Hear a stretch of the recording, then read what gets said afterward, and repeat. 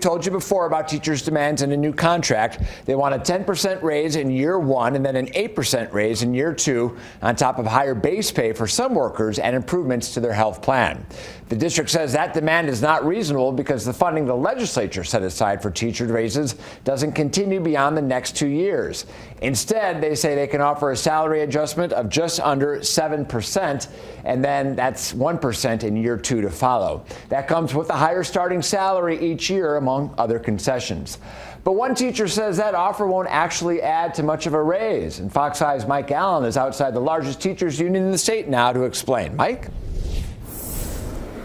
Yeah, John, that teacher I talked with today said that 6.9% is not going to wind up being nearly that high, and that's in spite of the fact that there's also an additional raise for tenured teachers. 10% this year and 8% next year. A Clark County School District teacher who spoke with me Monday on the condition of anonymity is firm in her belief that CCSD's proposed 6.9% pay raise this year is not enough. I'm college educated, I'm a licensed professional, and I shouldn't have to say to myself, I have $60 to spend on groceries for the next 2 weeks and calculate things on my phone of what I'm putting in my cart. Multiple teachers have reached out to Fox 5 with the same concern, that after taking out money for PERS and the desired overtime pay that teachers at a few dozen schools want for working 19 extra minutes during the school day, which the district has said will be covered instead by their regular hourly rate of pay, the effective raise would be less than 2%. That's frustrating. My time is worth more than that. The amount of time and the amount of money that I put into my classroom is more than what my raise is going to be. This teacher told me she's cautiously hopeful, though, that a deal can be hammered out between the district and union that represents her.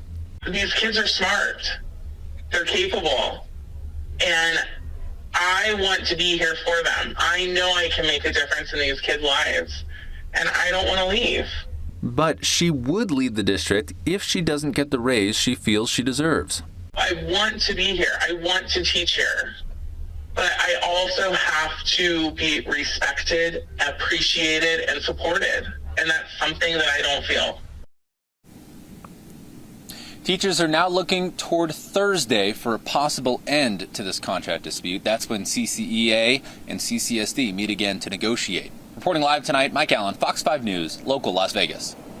The district has also filed a request for an injunction in court to stop a potential strike from the teachers union. The next hearing on that injunction is set for next Tuesday.